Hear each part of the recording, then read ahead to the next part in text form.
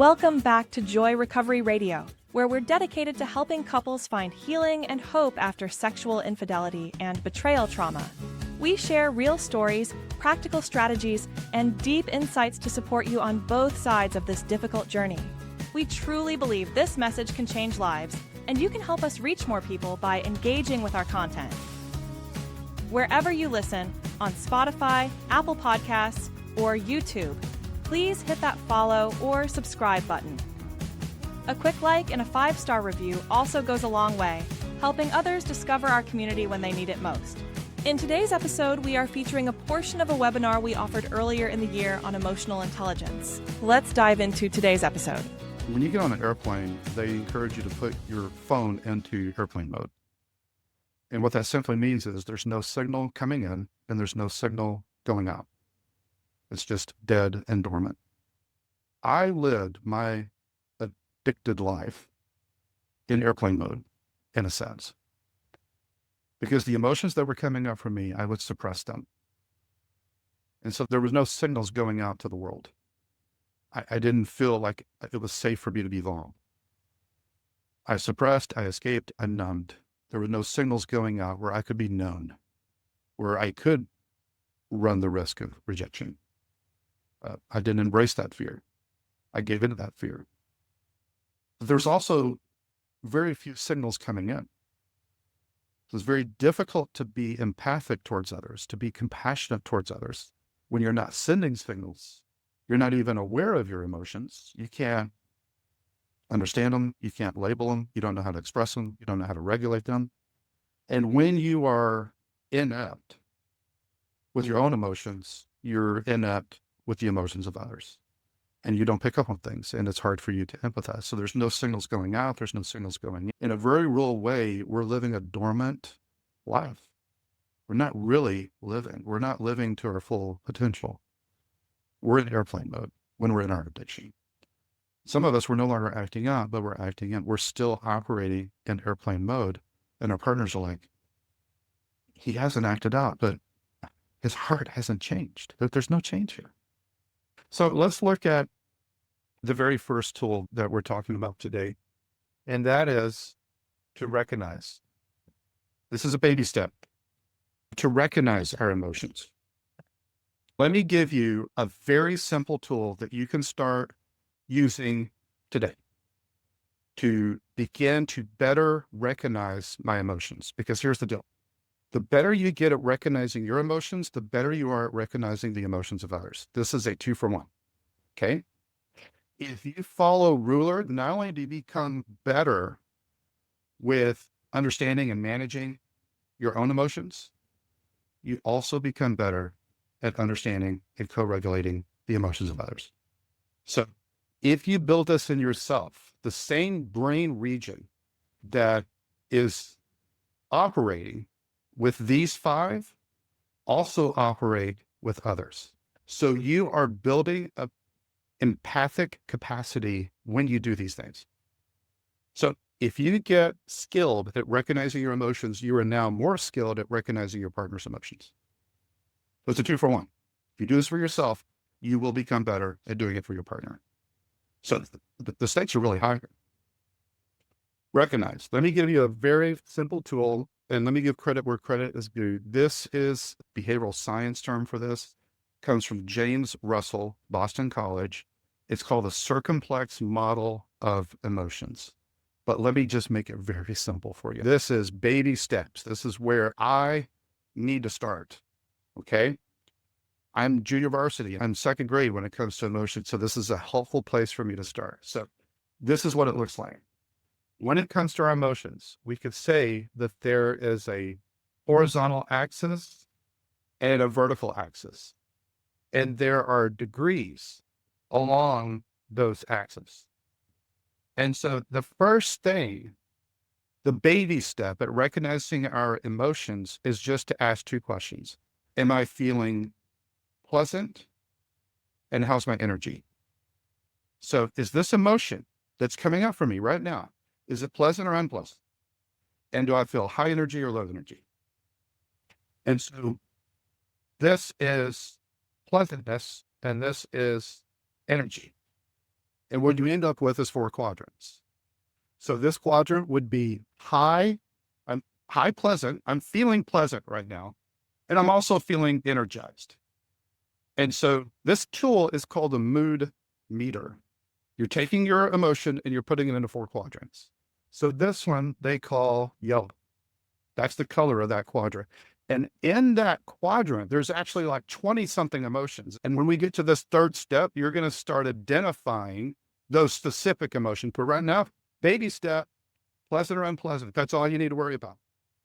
If it's pleasant, in this quadrant, if there's high energy, if it's pleasant, but there's low energy, okay, this would be what they call green. Okay. So yellow would be emotions that would be like excited, elated, enthusiasm, joy, happiness. Okay. These are positive emotions and the energy is pretty high. But there's also a quadrant here, the green, where these are positive feelings, but my energy is kind of low. So it's green. This would be emotions like I'm feeling contentment. I'm feeling peace. I'm feeling green quadrant. We're going to look at it deeper at step 3. This quadrant right here, top left, this would be low on the pleasantness. This is unpleasant. I don't like this feeling, but my energy is really high. This is what they call red. This is your anger, wrath, disdain, resentment, those kind of emotions. And then finally, you've got the blue quadrant. What is that? It's not pleasant and it's low energy. This is depression. This is grief. This is sorrow. This is despair. This is hopelessness. Okay. We're starting with just 2 questions. How pleasant is this emotion? How much energy do you have as a result of this emotion? Okay. And that enables you to do yellow, red, green, or blue. What quadrant am I in? Question. When did addicts most likely act up? What quadrant were they in? Think about that. For you addicts, when were you most likely to act out? Was it when it was a pleasant emotion or an unpleasant emotion? Was it when it was high energy or low energy? This is helpful to know because these emotions can be triggers for you. These emotions can create this impulse in you to escape from it. Now, here's what I would suggest. If you are in the unpleasant quadrants, which is these 2 on the left, so red or blue, these are unpleasant, then you're more likely, in your addictive behavior, you're more likely to want to escape. This is unpleasant. I don't want to feel it. I don't want to sit in it. I don't want to experience this. Acting out is escaping from a present unpleasant emotion or situation. I'm going to escape. I'm going to act out.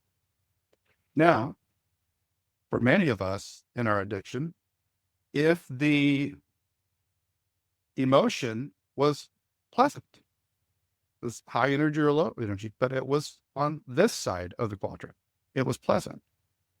Many times we would still act out. What is that?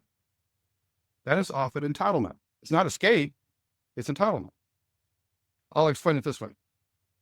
In my addiction, I lose my job. I get fired. Is that pleasant or unpleasant? That's unpleasant. What am I most likely to do?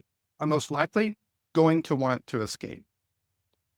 And shame is definitely showing up for me. I'm feeling so incompetent right now. I'm feeling like such a failure right now. I don't want to sit in this. I don't want to endure this. I want to escape because this is unpleasant. That's escape. But let's say, no, I didn't lose my job. I got a promotion because I've been working so hard. Or I've been working 3 months on this deal and I landed it and I closed the deal. Now I'm feeling positive, but I still may go act out as tapping into part of the reward circuitry of addiction. So what am I doing? I'm entitled. I deserve this. I worked hard for this. I earned this. This is how I reward myself. But this is helpful to know the quadrants that we typically would act out in. For the betrayed partner, what quadrant has she been forced into against her will? She's often in the blue. The grief, the despair, the shock, the sorrow, the depression. And she didn't choose this, but she's been forced here and she's having to deal with this. So the very first step of emotional sobriety or emotional intelligence is recognizing just the quadrant. Like, where am I right now? Now, part of this is not just recognizing my own, but also recognizing the emotional state of others. How do we do that? Well, there's a couple of different ways that we can do that. One is through facial cues. When we become better at recognizing our own emotions, we become better at recognizing the emotions of others. And one of the signs that we can look for in recognizing their emotions are what's called micro expressions on their face. If you take any talented actor, especially ones that won Academy Awards, the reason that they are recognized for their achievement is because they are the best of the best at micro expressions. They have an emotion that they are faking on a screen, but it's so convincing that you believe it's really happening. And you get caught up in the story because they're such a skilled actor. What is acting? Acting is pretending. It's fake. It's not real. But when you watch movies, if you become more mindful of micro expressions, you're actually practicing this first skill, and that is recognition. So if you watch a Meryl Streep movie, what you're seeing is a master at someone who is utilizing micro expressions. You can see the emotion on her face. Another way that we can identify and recognize emotions in others, and that is body language. If you see me like this, that's communicating. That's communicating to you. That's giving you a cue of what my potential emotion might be right now. I may be disinterested. I may be distancing myself. I may be bored. There may be multiple emotional states going on, but this is giving you a cue, just someone crossing their arms. Now, there's a lot of literature that is showing that we are becoming less and less skilled at recognizing the emotions of others. And one of the main culprits of this is smartphones. The more time a person spends looking at a screen, the less skilled they become at recognizing the emotions of others. And there's evidence in the younger generation that they actually prefer communicating with friends via a screen through text than face to face. But the smartphones, the more we utilize them, the dumber we get when it comes to emotional intelligence. There's also the advent of emojis. And so now we're limiting ourselves to just screens, and that's how we communicate with each other. But now we don't even need to accurately label or define or identify an emotion. We just use this cartoon to sum it all up. And so now when it comes to emotional intelligence and recognizing our own emotions and recognizing the emotions of others, technology has not been our friend when it comes to that. Another cue that you can pick up on the emotions of others is tone. Not just what they say, but how they say it, the tone that they're using, the volume that they're using. So these are ways that we can not only recognize our own emotions by using the four quadrants, but we can recognize the emotions of others by picking up on facial cues, body language, and their tone. The next skill we're going to look at, the U, is understand. So this is one of the hardest skills, actually. This is getting pretty advanced, and this is very challenging. Because when I say understand, what we're doing is we're understanding the emotion, we're determining the source of it, and we're seeing how does this impact me? That's what I mean by understanding. It's going deeper than just recognizing is this pleasant, unpleasant, high or low energy. Now I become an emotion scientist, an emotion detective. I want to explore the source because every emotion has a source. Why? Why am I feeling this? Why am I feeling unpleasant? Why am I feeling pleasant? Why am I feeling high energy? Why am I feeling low energy? So what this requires is reflection. introspection. And we don't typically do this. Once again, with the advent of smartphones, it's much easier for us to disassociate and not sit with our thoughts and with our emotions and actually reflect. So if we're having to wait at a bus stop, if we're having to wait in line at a store, if we're having to wait for anything, we typically pull out our phones and we occupy that time. In fact, believe it or not, there was a recent study done where the participants had a choice.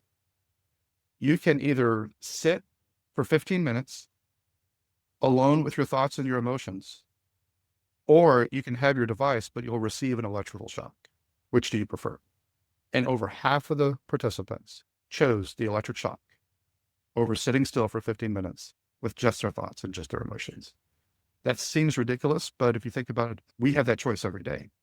And we typically fill up our time with some kind of dissociative behavior so that we're not living a reflective life. We're not inspecting our emotions. We don't have meta emotions. We're not thinking about our emotions. We're not reflecting. And so we don't understand them.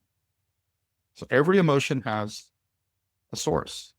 And so what we want to do is we want to be an emotion scientist.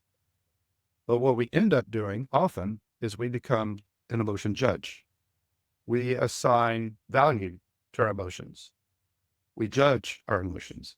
And really, you just want to be curious. Why am I feeling this? Why is she feeling that? Where is this coming from? Where's the source for this?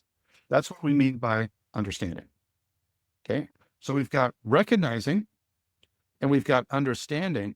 And now we reach the skill that is really the fulcrum of this whole thing. Like everything hinges right here. These first three are all about identifying our emotions. These next two are about expressing our emotions. The L in the paradigm is what we're going to call label. This is where it gets pretty sophisticated and pretty complex. Because what we're doing here is we're expanding our vocabulary for our emotions. And in a very real way, the literature backs this up. This isn't just a truism. This is accurate. If you can name it, it's easier to tame it. You've got to differentiate what emotion am I feeling right now. It's not enough that it's just pleasant, unpleasant. It's not enough that it's just high, low energy. Now we've got to dig down and identify what exactly am I feeling right now. This is increasing our self-awareness. This is increasing our empathy. Because if we can't accurately identify an emotion, it's less likely that we can regulate it because we don't know what we're dealing with. And regulation strategies depend on what exactly am I feeling. So this ties into the betrayed partners as well. When you grow in these skills and you're dealing with trauma and the complexity and the nuances and the layers and the diversity of the emotions that are going through you with that, if you become better skilled at recognizing, understanding, and then accurately labeling, what am I feeling right now? There are different regulation strategies that apply to different emotions. And there's not a silver bullet when it comes to regulation that's just going to help with any emotion that you're going through. So the more accurate we get at this, the more accurate we become at expressing and regulating. So let's look at some of the dynamics on this. First of all, we have over 2,000 words in the English language for emotions. Did you know that over half of them are negative? Because we experience negative emotions more deeply. And we're more likely to drill down on those and figure out, what is this and how do I deal with this? And so our language is even biased towards unpleasant emotions. We've got more words for unpleasant emotions than we do for pleasant emotions. So when it comes to the latest research, let me share just a couple of findings. First of all, there is research that suggests that if we get better at labeling a specific emotion, it actually lowers the activation of the amygdala in our brain. What does that mean? The better skilled we are at labeling and differentiating what is the specific emotion that I'm feeling, the less likely it is that the fight or flight response kicks in, that the amygdala is bypassed and we're not hijacked by it because we understand exactly what the emotion is. So, for example, if you can distinguish between, am I annoyed Am I angry? Am I disgusted? Am I irritated? Am I frustrated? Or am I disappointed right now? 6 different emotions, each of which have different meanings and different nuances and different regulations that work on them. But if you just lump all that together as a net, and a couple of years ago when I started True Recovery, I think I could identify 4 emotions. I'm mad, sad, glad, or blah. And that's all I could label. That's all I could identify. That was the extent of my emotional vocabulary. But the more nuanced and skilled we become at actually labeling and identifying, accurately identifying, what am I feeling right now? What's the source and what is it? Then we can better manage it. We can better express it. We can better regulate it. So there was another research that was done called the granularity study. This was done by, let me give credit, Lisa Barrett, who's a psychologist, and her research was called emotional granularity. And she said there's 2 kinds of people in her study. There is granular, and there's what she called clumpers. So the granular people, these are people that can really get granular with their emotion. They can tell you what they're experiencing. They can accurately give a name to it. And because they can name it, they can tame it better. Clumpers are limited in their emotional vocabulary, and they have a tendency to just clump a whole bunch of emotions that are actually different. They just categorize them under one broad term, like angry. And there may be 8 different emotions that are part of that clump, but they just call it mad. They just call it angry. Here's what she found. This is mind-blowing. Those that are granular were less likely to have compulsive addictive behavior or mental health disorders. Statistically, significant difference. Those that were clumpers, more likely to have compulsive addictive behavior, more likely to have mental health issues. You got to be able to name it to tame it. Label. Let's look at just one example of what we're talking about here. Let's consider the complexity of stress, anxiety, fear, and pressure. Many times these are just clumped. We just see these as the same. And we just use one word, and the word might be stress. I feel stress. Or I feel anxious. And we don't recognize the differences between these, and there's different regulation strategies for these emotions. So that's the downside of clumping and not differentiating, not accurately labeling. So let me give you just the differentiation. So when it comes to stress, that is simply too many demands and not enough resources. That's a resource issue. What do you do for that? You either lower the demands or increase the resources, or you will continue to have stress. So demands are higher than resources. We either lower demands or raise resources. That's stress. What's anxiety? Anxiety is worry about the future and feeling no control. It's future tripping. I'm worried about the future and I feel no control. How's that different from fear? Fear is this pending sense of danger waiting for me. Okay, it's different from anxiety. And then pressure. What is pressure? Pressure is when the stakes are high and I am telling myself that it all depends on me. My performance determines success or failure. Stakes are high and it's all on me. So it's self-imposed. Some of these are internal, some of these are external. Some of these are self-imposed, some of these are from our environment. Each one has a different regulation strategy. There are differences between the two. At joy-recovery.com, we offer personalized recovery coaching to help you move from pain to purpose. We also provide supportive groups where you can connect with others who truly understand. So, whether you're battling addiction, healing from betrayal, or rebuilding a brand new relationship, we can help. Go to joy-recovery.com today. Now, let me give you the tool of the day. This is the best tool we're going to talk about. And you're going to love this because it's an app. And so I've been dissing smartphones, and now I'm about to give you an app that's going to help you with your emotional sobriety. Get permission from your partner to do this.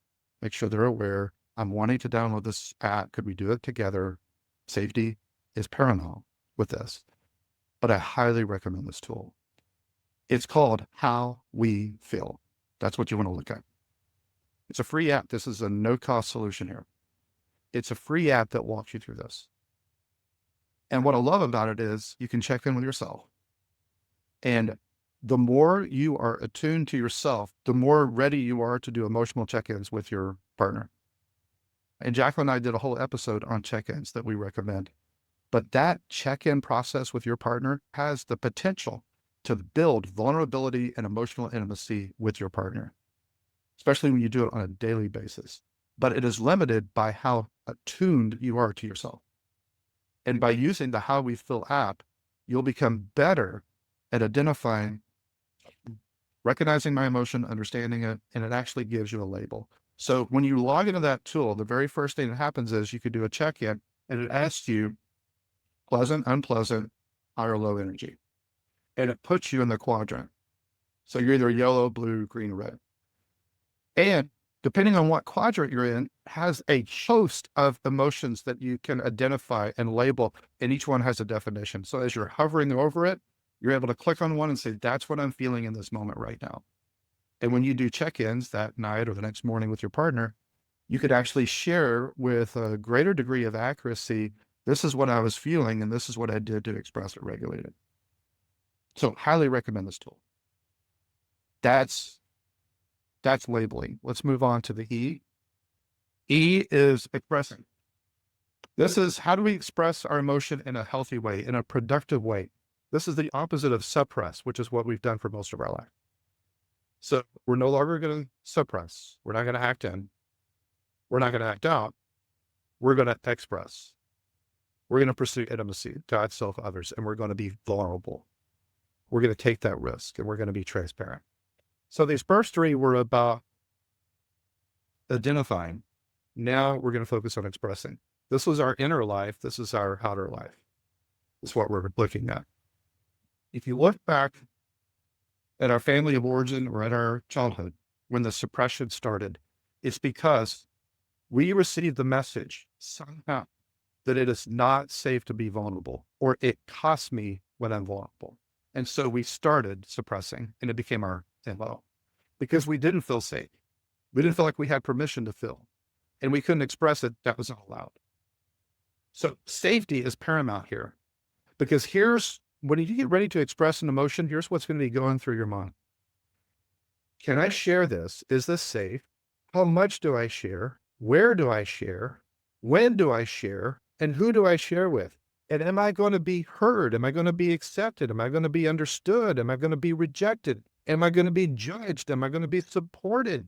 This is the riskiest thing you could possibly do. All of this has been internal. Now this is relational. This is external. And we have this thought process that as long as I suppress my emotions, I can't get hurt. And that may or may not be true, but you also can't get help. And you can't be known, which means you can't be fully accepted. Because here's the deal. You will never fully accept acceptance from another person until you're fully known.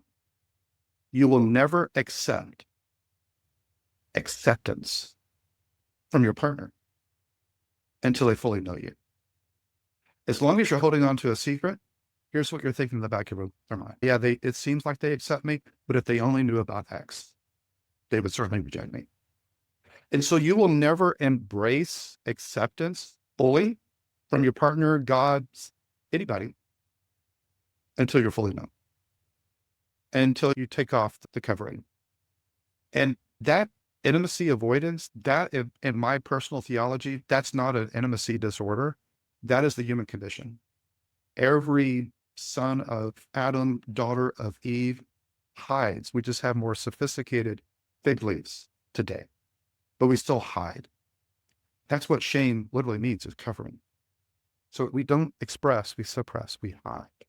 We avoid intimacy. We give the Heisman to people around us. Don't get close because you might hurt me. And yeah, maybe they won't hurt you, but they also won't help you. And they won't know you. And so you won't have intimacy. Intimacy is the only antidote for acting out, acting in, and our shame. It's the only antidote. You will never feel fully accepted by your partner until you're fully known. And this is where we take the risk, and this is a big risk, of taking off our masks and being known. Now, there are two particular tools that you can use to express your emotions. The first is journaling, emotional journaling. This is where you're letting it out, and the emotion is literally flowing through your pen onto paper. This is a very healthy practice. This greatly increases your emotional intelligence, and this is a healthy, productive way to express an emotion. You're not suppressing it. You're not acting in. You're not acting out. You're not medicating. This is very healthy. The other way is through a relationship. God, self, others. Expressing your emotion to God, admitting your emotion to yourself and embracing it. And in a safe relationship where there is psychological safety, either your partner or a brother, safe person, you express your emotions. Now, I can't emphasize enough just how terrifying this is. Let me use an analogy here. I was a child of the 80s. I was in my adolescence during the 80s, and one of the popular things during the 80s was bungee jumping. And I am absolutely terrified of heights. Cannot stand heights. And I remember this one particular bungee jump course that we went to. I was way too scared to get up there. And so I did not address my fear. I did not overcome it. I did not climb up that tower and allow them to hook me up to the harness, attach me to the bungee cord, and jump off the tower. But a lot of my friends were going up there, and it was absolutely terrifying. But what was so telling was the employee that was at the very top of the tower. He had a shirt that he was wearing, and this is what the shirt said: "Shut up and jump." And I can only imagine why he wore that shirt. Just imagine all of the excuses and all of the reasons, and everyone that had all the questions as they get up there and they realize how high it is, and this is so scary, and I don't know that I want to take on this risk, and has anyone ever died doing this before? Can I see the harness? Are you sure it's on? Is it secured? Health down? All these questions, and he just had this shirt to just kind of get ahead of that. Shut up and jump. You're safe. You're secure. No one's ever died from this. You're going to be okay. You're going to live through it. You're going to be glad that you did it. Just shut up and jump. And sometimes that's what we men need to tell each other, is that, yes, this is risky. This is scary. This is a bungee jump of your psyche. This is terrifying. You've never done this before. And what we need to challenge each other is that you need to shut up and jump. Just do it. Just take the plunge. Just lean in instead of acting in. Just go ahead and be vulnerable. You're not going to die from this. It is scary. It's scary for me too. We're in this together. Let's shut up and jump. What waits on the other side for us, if we're willing to be brave, is intimacy, being fully known and fully accepted, a relationship that we've never known before. So are we willing to do something we've never done before to enjoy a relationship we've never had before? Shut up and jump. Go ahead and be vulnerable. Be real. Express in ways that you've never done before. Stop suppressing. You have agency. You can do this. This is within the realm of your will, your free will that God gave you. You can choose a different path. You can pursue intimacy with God, self, others. And the worst thing that could possibly happen is that you have to sit in the pain of an unmet need for a while, but it's a lot better than destruction and increased shame, and God's going to do some things in your life to make you a better man, to build your integrity. So that's what we mean by express. Shut up and jump. Go ahead and do it. Exercise this muscle that's atrophied, that you've never used before, and you're going to get better and better at it. So it's increasing in complexity, in difficulty, and in benefit. We're going from recognizing to understanding to labeling to now expressing. And the final element of this is regulating. And this is getting very advanced when it comes to regulation. So this is regulating not only our emotions, but the emotions of others, so that our emotions don't control us. If we don't name our emotions, it's harder to tame our emotions, and they end up taming us. But if we get better at R.U.L.E, now we're more skilled at not only regulating our emotions, but regulating the emotions of others. So let me give you a couple of tools that have been proven by science to be effective for when it comes to regulation. One is breathing.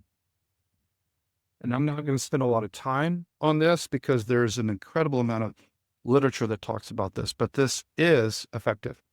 Now, it's not the silver bullet. It's not the end all be all. For example, if anxiety is the emotion that you're feeling, breathing won't move the needle on that very effectively.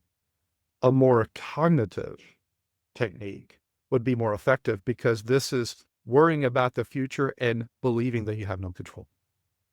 So breathing is not going to be as effective as some kind of cognitive strategy. So another one is a timeout plan. It's a very structured timeout plan. It's not just calling a timeout, but it's a very structured timeout plan where the timeout plan is shared with your partner and you both agree and you customize it. And it details how long will the timeout be? What are the signs showing up for you that you need to call a timeout, that you're getting dysregulated and you're about to go into harmful behaviors? You're going to say or do something that you regret. What do you do and not do during your timeout? Where do you go and not go? How long will the timeout be? How do you leave the room? How do you call a timeout? How do you not leave the room? What do you avoid? And how do you re-enter the room? What do you say when you call a timeout? What do you say when you leave the room? What do you say when you re-enter the room? And you don't weaponize the tool by avoiding conversations. You use the tool to protect your partner from you. Until you learn R.U.L.E.R, the timeout plan is a short-term strategy to make sure that there's no more IAD behaviors going on, especially the more aggressive, harmful ones, the reactive ones. Instead, you're going to call a timeout for the safety of your partner while you build your R.U.L.E.R skills. A year from now, if you're doing the work, you shouldn't need a timeout. You should be able to regulate. But until you learn that skill, the timeout is a good stopgap to make sure that you don't do any more harm. Another thing that the literature interestingly points out that is effective for self-regulation is what's called third person self-talk. And this doesn't make sense to me initially, but as I reflected on it and looked at the study, it began to make more sense to me. This is changing the way you talk about yourself by simply going from first person to third person, to actually using your name and saying, Roy, you're feeling this right now. Roy, yada, yada. It's talking as if you're talking to someone else, and we are typically more kind and gentle with someone else than we are with ourselves. And so if we just pivot the person from first person to third person, we're less likely, when we used to say, I am such an idiot, we're less likely to say, Roy, you are such an idiot. Now, some of you, you're so full of shame that you've mastered the third person as well. And so this may not be a helpful tool. But for many, this is actually verified in the science that this is an effective tool to just go from third person talk to from first person to third person, and you have a more gentle approach to yourself. So what about skills for co-regulating others and specifically our partner? What are the skills that research shows is necessary if we're going to try to help co-regulate our partners when they're in a trauma response? And what the literature shows is there's three main skills that we need to develop. And we get better at these skills when we get better at self-regulating. We've got to be self-regulated first before we try to co-regulate our partners. That's why R.U.L.E.R is so important. And the better we get at self-regulation, the better we are at these three skills of co-regulation with our partner. So here's the three skills. The very first one, non-judgment. So that means we don't react to what they share with us. There's no judgment. There's no value assigned to it. And we're not reactive. We're non-judgmental, non-reactive. Okay. That's psychological safety. Second skill is active listening. And this is where you are not listening so that you're coming up with your response. You're listening, and that is the only focus. Your body language, your micro expressions, face to face, shoulder to shoulder, you are fully present, you're fully there, and you are actively listening so that you can validate what they're saying. That's the second skill. And the third skill is empathy with compassion. So not just empathy, the ability to step into their reality and feel what they're feeling and connect with them on that level. But compassion is taking action, doing something about it, being an empathic witness and a source of help for them. So the three skills for co-regulating our partner that we've got to grow in is non-judgment, non-reactivity, active listening, being fully present with them, and empathy coupled with compassion. One question that came up is, our emotions are constantly changing. How often are you checking in with that app, or how often are you identify the current emotion at the time? And that's a really good question. So on average, the typical human has somewhere around 60,000 thoughts and emotions a day. So it's just this constant stream that's flowing through our consciousness. There's no way you can identify 60,000 emotions and 60,000 thoughts. There's going to be random emotions and unreliable emotions and fluctuating emotions. In fact, the word emotion literally means in motion. So it ebbs, it flows, it leaves. There's another one that replaces it. There could be multiple emotions going on at the same time. We're talking about a lot of complexity here. But what we're getting at is more of a primary emotion or state of being that's showing up for you. How frequently can you do that? As frequently as you want. But to try and capture that every time there's a shift is not realistic, nor is it helpful. But the relationship between emotions and thoughts is very interesting because the neurological lifespan of a typical emotion, not all of them, some are stronger and have a longer lifespan, but the average lifespan of a typical emotion is 8 seconds. So that chemical reaction that happens in our brain that surfaces and passes is typically 8 seconds. But that's not true for things like grief and a lot of the trauma-related emotions.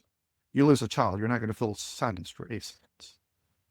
But another thing to understand is the relationship between thoughts and emotions. The average emotion is very short-term and lasts about 8 seconds, unless it's fed by thoughts. So this is where rumination comes in. This is where some of the resentments that you may be feeling, the feeling is sustained because the thought is sustaining it. You're ruminating. You're re-experiencing and you're re-feeling it because of your thoughts. And until you change your thoughts, those emotions are going to keep showing up for you. So there's a very nuanced relationship between thoughts and emotions that we need to appreciate. And that's how journaling in particular, or talking to a trusted friend in particular, and verbally processing with them can begin to untangle some of the nuances of relationships between thoughts and emotions. Typically, what I recommend to the men that I work with that are trying to grow in these R.U.L.E.R skills is at least 3 times a day. You're feeling something, it's a primary, it's a lingering, it's a dominant emotion, check that in and try to label it. What am I really feeling right now? Try to understand the source. Where is this coming from? And practice those R.U.L.E.R skills. If your partner is not open to receiving check-ins, and not every partner is ready for it, that doesn't mean that you don't benefit from doing it. You need to practice intimacy with a safe brother. And so you check in with your journal and you're processing your emotions and you're expressing them through the journal, and your partner is privy to that anytime they want to opt in on the check-in process. But if your partner says, I'm not ready for that, and you just shut down, that could be an indication that your whole recovery is really about placating them and appeasing them. And it's not about personal growth. It's about you becoming a good person. You need to be developing those intimacy skills, whether it's with your partner right now or whether it's with them down the road. They need to be seeing that you're doing the work and that you're growing and that you're no longer acting in, medicating, or acting out. but you're pursuing intimacy with God, self, and others, even if that doesn't include them right now, because they need, for safety reasons, they need distance. They need to see that you're still doing the work. And when you opt out because they opted out, that could be a red flag that they're driving your recovery more than you are, or you're just doing it to appease them, or to change them, or to make them happy. That wraps up another episode of Joy Recovery Radio. We hope our conversation today brought you clarity, comfort, or a new perspective on your journey. Remember, healing is possible, and you don't have to walk this path alone. To learn more about how we can support you, visit us at joy-recovery.com. There, you'll find information about our individual and couples coaching practice, designed to provide tailored support for both addicts and betrayed partners. You can also explore our various online groups, offering safe and confidential spaces for connection, shared experience, and growth. Thank you for joining us today. Until next time, choose joy.